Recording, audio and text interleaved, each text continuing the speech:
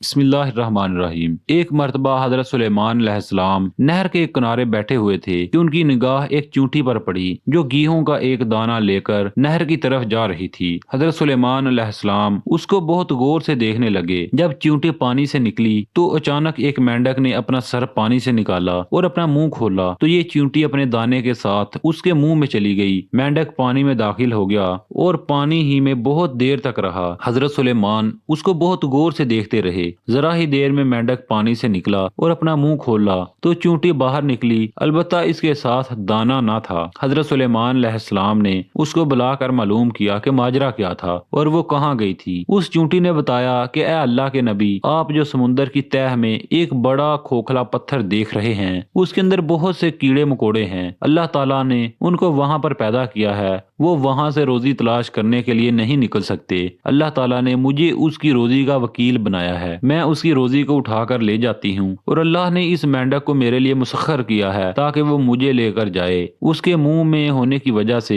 पानी मुझे नुकसान नहीं पहुँचाता। वो अपना मुंह बंद पत्थर के सुराख के सामने खोल देता है, मैं उसमें दाखिल हो जाती हूँ। जब मैं उसकी रोजी उस तक पहुँचा कर पत्थर के सुराख से उसके मुंह तक आती हूँ तो मेंढक मुझे मुंह से बाहर निकाल देता है। हजरत सुलेमान अलैहिस्सलाम ने कहा, क्या तूने इन कीड़ों की किसी तस्बीह को सुना? चींटी ने बताया, हाँ, वो सब कहते हैं अल्लाह वो जात है जो मुझे इस गहरे पानी के अंदर भी नहीं भूलता। उम्मीद करता हूँ दोस्तों आपको ये वाकया पसंद आया होगा। इस तरह के मजीद वाकयात और स्टोरीज के लिए चैनल को सब्सक्राइब लाजमी कर लें ताकि हमारी हर वीडियो आप तक बर वक्त पहुँचती रहे।